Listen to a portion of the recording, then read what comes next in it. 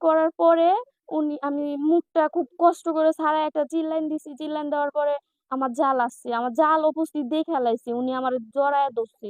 মানে আমার জামা-টামা একেবারে ছিঁড়া লাইছে। আমার হাসব্যান্ডের নিয়া আরকি। উনি আমার আরো ৩ দিন আগে আসছে। দুপুর ১:৩০ নাগাদ আসছে আমার এখানে, আমার বাড়িতে। আসার পরে আমার শাশুড়ি, আমার জাল, ওরা ওরা সামনে আছিল। আর রেনু ভূঁইয়ার সাথে আরেকজন ছিল। উনার নাম হলো আ আ জাহা আহ আলমগীর নাম উনার। উনার নাম আলমগীর, উনিও ছিল উনার সাথে। উনি বারিন্দার মাঝে বসছে আইসা, আমি মানে আসছে পরে আমি ভাত খাইতেছিলাম। পরে আমার আম্মি থালি থুই দিয়ে আমার আমার আই ডাকছিল। আমি বাইরে গেছি। উনার জিজ্ঞেস করছি, "কেন আসছেন?" আমার হাসব্যান্ডের বিভিন্ন খারাপ মানে কথা বইলা আমার আমার কাছে আসছে। আসার পরে আমার হাসব্যান্ডের কথা বলতেছে, "তোমার হাসব্যান্ড কোথায়?" আমি বলছি, "আমার হাসব্যান্ড তো বাহিরে গেছে।" পরে বলতেছে, "আচ্ছা ঠিক আছে।" তাইলে আমার আমার ঘরে আসছে। আমার শাশুড়ি বলতেছে, "দেখেন ২ দিন পরে, পরে এরকম ঝামেলা করে আমার হাসব্যান্ডের উপরে আইনা চাপায়া দেয়। দিয়া জরিমানা নেয়।" নেয়ার পরে বলতেছে, "আচ্ছা সমস্যা নাই। এইসব কিচ্ছু হবে না।" আমার আমার শাশুড়িরে ওই জায়গায় বাহিরে পাঠায় দিছে। যে কোন মেম্বার আসবে বলছে। আমার শাশুড়িরে উনি রাস্তায় পাঠায় দিছে। পাঠায় দেওয়ার পরে উম উনি কইতাছে, "আচ্ছা আমি তোমার মেয়ের মতো। আমি তোমার বাবার মতো। তুমি আমার মেয়ের মতো।" পরে উনি আইসা রেনু ভূঁইয়া। উনি আইসা এই জায়গাতেই বসছে। আমি বাইরে দরজার সামনে দাঁড়ায় ছিলাম পরে বলতেছে, "তুমি তো আমার মেয়ের মতো। তুমি আমার ধারে আসো। আমার আমার কাছে আসো। আমি তোমারে ২ টা কথা বলি।" পরে বলতেছি, "না কাকু আপনি আমি বাইরেই দাঁড়াই আপনি বলেন।" পরে বলতেছে কয়, "না তুমি আমার সামনে আসো। আমি তোমারে পার্সোনাল ভাবে কয়টা কথা কমু।" পরে আমারে নিয়ে আইছে। আসার পরে আমি এই যে এই জায়গাটার মধ্যে আমি দাঁড়াইছি। উনি এনে বসছে। বসার পরে আমি বলছি যে, "কাকু কি বলবেন বলেন।" পরে বলতেছে, "তুমি আরেকটু আমার কাছে আসো।" আমি বলছি, "আচ্ছা এনেই দাঁড়ায় আপনি বলেন।" পরে উনি হাত ধইরা টাইন্যা নিয়ে গেছে। মানে দৌড়ে যায়া এই দরজাটা বন্ধ করছে। বন্ধ করার পরে আমি উনারে খুস্তাখুস্তি করে দরজা খোলার চেষ্টা করতেছি। উনি আমার মুখের মাঝে চাপ দিয়ে ধরছে। আমার চুলে ধইরা আমার মুখের মাঝে চাপ দিয়ে ধরছে। ধইরা দরজা লাগায় দিছে। আমার জাল ছিল উনি পোলা লইয়া মানে বাহিরে চইলা গেছে। মানে বাচ্চা কান্না করতাছে পরে চইলা গেছে উনি। পরে দরজা লাগায়া আমার মানে খুব মানে করছি। মানে কি বলবো আমি আর কি বলবো? বলার মতো কিছুই নাই। কুস্তাকুস্তি করার পরে আমি মুখটা খুব কষ্ট করে ছাড়ায় একটা চিল্লাইন দিছি। চিল্লাইন দেওয়ার পরে আমার জাল আসছে। আমার জাল উপস্থিত দেইখা লাইছে। উনি আমারে জড়ায়া ধরছে। মানে আমার জামা-টামা একেবারে ছিঁড়া লাইছে। এরপরে এখান দিয়ে দাগও ছিল। তো পরে আমি ২ দিন পরে আমারে থানা পুলিশে বলছে যে হসপিটালে যাইতে। দাগ থাকলে দাগ দেখাইতে। আমি গেছি, যাওয়ার পরে নার্সেরা বলতেছে যে, "তোমার শরীরে তো কোনো স্পট নাই।" আমি বলছি, "আমার শরীরে ২ দিন পর আমি আসছি। তাইলে আমার শরীরে কিভাবে মানে থাকবে দাগটা?" পরে বলতাছে, "না দাগ না থাকলে তো হইব না। তোমার মুখের কথা তো হইবে না।" আমি বলছি, "আমি ছবি তুইলা আছে। আমার ছবি তোলা আছে। এরপরে জামা আছে, সবকিছু আছে।" পরে উনি তো আমারে দর্শন করতে আসছে, তাই না? আমারে তো দাগ করার জন্য আমার শরীরে আসে নাই।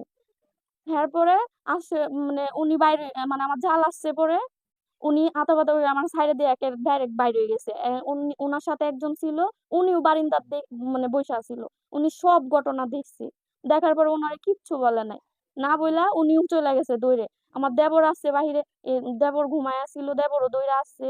পরে আমার চাচিরা, আমার ভাই বউয়েরা এরা সবাই আসছে, ভাবিরা। পরে আসার পরে আমার জামা-জুমা ছিঁড়া মানে দেখছে। দেখে আমি কান্না করতাছি। হ্যাঁ, ডাইরেক্ট একেবারে মোটরসাইকেল টান দিয়ে চইলা গেছে। হালকা, হালকা এই সময় বৃষ্টি ছিল। ও কি করে মূলত? না, দাঁড়ান। আ উনি কি মানে ওইদিকে ফার্স্ট আসছিল না না, আরো? না, না। আরো এই এই যে এই ব্যাপারটা আরো ৩ দিন এরকম ঘটনা আমার সাথে ঘটছে।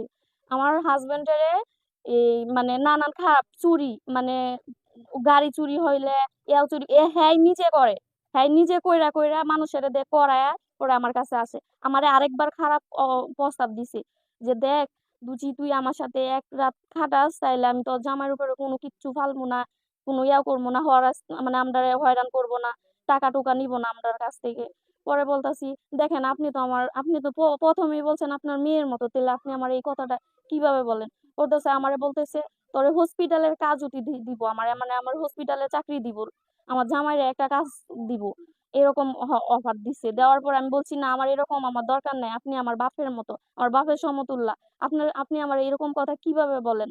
এরপরে মানে উনি বলতাছে, "দেখ দুজি আমার কথা মতো দুজি মানে না শুনি তার কথা, তাইলে নানানভাবে আমার হাসব্যান্ডেরে ২ দিন পরে এই চুরি, সেই চুরির দায়ে আমার হাসব্যান্ডেরে ধইরা নিয়ে মারবে। এরপরে জরিমানা চাইবে। আদায় করবে আমার হাসব্যান্ডের তে। পরে আমি বলছি, "আচ্ছা আপনি যা করেন কইরেন।" পরে উনার পরে আরো ২ বছর ৩ বছর আমার মাইয়া পেটে ছিল ওই সময়। আমি যাই আমার বাপের বাড়িতে ছিলাম আমার হাসব্যান্ডের নিয়া। এরপরে আমার হাসব্যান্ডের একটা গাড়ি ছিল। এই গাড়িটা নিয়ে আবার আমি ৩ বছর পরে আমার মাইয়া নিয়ে আমি আসছি। আসার পরে আমার হাসব্যান্ডের গাড়ি থেকেও ব্যাটারিটা নিয়ে গেছে চুরি কইরা। হ্যাঁ, হ্যাঁ, অটো গাড়িতেও ব্যাটারিটা নিয়ে গেছে। এই রেনু ভূঁইয়া এই কামটা করাইছে। করাইছে পরে আমার হাসব্যান্ডের আমি খুব কষ্ট কইরা টাকা আইন্না আরেকটা ব্যাটারি দিয়ে দিছি। দেওয়ার পরে আমার ননাইসে বাহিরে চইলা গেছে। আমার ননাইসে বলতেছে, "গাড়ি বিক্রি কইরা দে। আমি তো হ্যারে নিয়া যামু। ৪ লাখ ৫ লাখ টিয়া লাগবে।" পরে বলতেছে, "আচ্ছা।" পরে আমার হাসব্যান্ডের গাড়িটা বিক্রি করে দিছে। বিক্রি করে দেওয়ার পরে টাকা-টুকা বার করছে। এখন পাসপোর্টও করার বাইর করতাছে। এরপরে উনি আইসা এই ৩ দিন আগে উনি আইসা আমারে এরকম করছে। মানে না, অভিযোগ গ্রহণ করে নাই। আমি ৩ বার গেছি থানার মাঠে। ২ দিন গেছি। যাওয়ার পরে আমি সেনাবাহিনীর ক্যাম্পেও গেছি। যাওয়ার পরে বলছে থানার মাঠে অভিযোগ দেওয়ার জন্য। থানার মাঠে অভিযোগও দিছি। কিন্তু কোনো মানে হেরা নেয় নাই। আমারে বলে হসপিটালে যাইতে। আমারে যদি দর্শন করার আমারে যদি স্পট করতো, তাইলে তো আমারে করতো, মাইরেই দিত বা দাগ করতো। আরো তথ্য নাই পরে ঠিক আছে। হ্যাঁ, মানে উনি তো আমারে দর্শন করতে আসছে। উনি তো আমারে দাগ করতে আসে নাই। আমার জামাটাও আপনারা দেখেন। আমার জামাটা আপনারা দেখেন কি অবস্থা করছে। এরপরে বাড়ির অনেক মানুষ আছে, আমার ভাবি, চাচিরা, আমার শাশুড়ি। এই যে দেখেন কি অবস্থা করছে দেখেন। এই যে আমি খুব চেষ্টা করছি জাউনের লেগে। এই জামার পিছনে ধইরা টান দিয়ে ছিঁড়াও ফেলছে। এই যে দেখেন। এই যে এই যে দেখেন। উনি মূলত করে কি? উনি এই যে মানে আওয়ামী লীগের বড় নেতা। উনি মানে দেশ গ্রামে মানে উনার ব্যাপারে কেউই বলবে না যে উনি ভালো। উনি এরকম খারাপ। মানে উনি উনারে যদি বুড়ো না দেয় তাইলে মানুষের পেটে যায় মানে কি কমু? হ্যাঁ, রাজনীতি করে। আওয়ামী লীগের নেতা। আমি তো জানি না, আমি এগুলা বলতে পারবো না। আমি খালি সেটাই যিনি তিনি জানি। এই লোক তো অত্যন্ত গরিব মানুষ। কিন্তু প্রায় জায়গাতে এই যে দেন দরবার খুঁজতে বেড়ায় যেন ছোটখাটো দুর্বল জায়গা পায় এই নিয়ে কামটা করে। মানে এই বংশের দাপাটা দেয়া বা লাঠি জোর আছে বেশি। তারার ভয়ে তো সাধারণ মানুষ কিন্তু কথাবার্তা বলে না, ভয়ভীতি পায়। এই জন্য কিন্তু তারা এই ধরনের কিছু কাজ কামে তারা কেউ কিছু কয় না। এইভাবে সাইড পায় কিন্তু এই ধরনের কাজ কাম করে সব প্রায় সময় এলাকায় এসে। এই সম্পর্কে আপনি কি জানেন যে এই ঘটনাটা ঘটলো আর কি অনাকাঙ্ক্ষিত এই ঘটনাটা যার এনে ঘটছে হ্যাঁ নিরীহ মানুষ, গরিব মানুষ। আর যে ঘটাইছে প্র্যাকটিক্যাল আওয়ামী লীগ করতো। এরপরে এরা বংশ বড়। এরপরে তার বড় কথা হলো চরিত্র ভালো না, হ্যাঁ ব্যাড রেকর্ড অনেক খারাপ।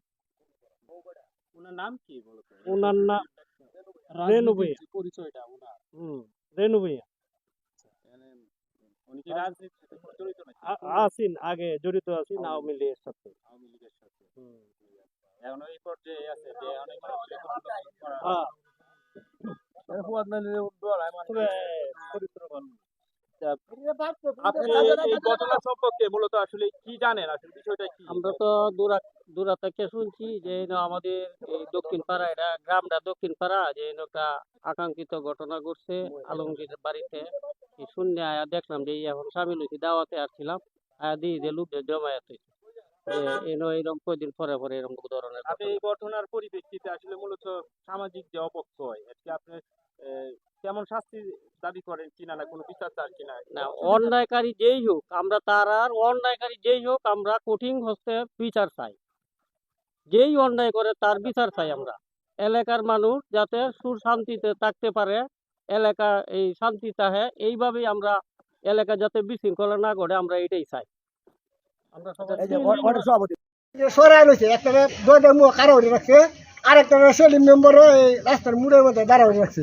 আর মিলনের সরাইটা ইয়ার মধ্যে বই রয়েছি গরম না দরজা দিয়ে হ্যাঁ মারে হঠাৎ কত একটা মেম্বার আইব আইলে পরে নমনি মেম্বারে কোন যা কারিত মিলনের স্যারের নাম কি? মিলনের স্যারের নাম হচ্ছে আলম আলমগীর আলমগীর আলমগীর। হ্যাঁ আলমগীর আচ্ছা ঠিক এর মধ্যে ভাই আমি জানি হেডের নাম রেনু ভূঁইয়া হেডের নাম রেনু বিয়া কি করছে হ্যাঁ এরম আরো কাম করে হ্যাঁ এরম কাম করে আরো হেই কুকাম করছে আবার শুনতে পারলাম যে উনার পুতের বউ উনার সাথে মনে হয় যে একটা হ্যাঁ। ঘটনা ঘটাইতে চাইছিল, পরে উনি আত্মহত্যা করেছেন, মারা গেছে।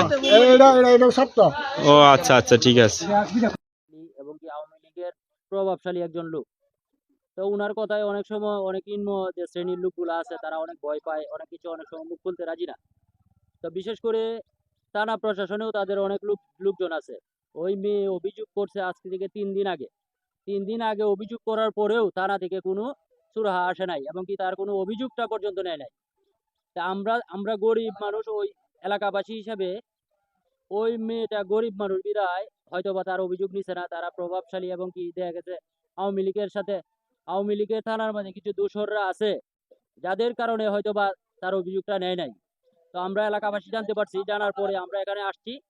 এখন মিডিয়ার মাধ্যমে আপনাদেরকে জানাতে চাই যে একজন নিরীহ মহিলার সম্মান হানি হয়েছে, তার যত ইজ্জত সম্মান আছে তার স্বামী হয়তোবা তারে রাখতেও রাজি না।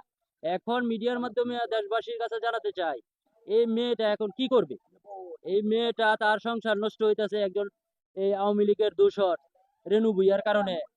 তো দেখা গেছে এখন থানা পুলিশও মামলা নিচ্ছে না।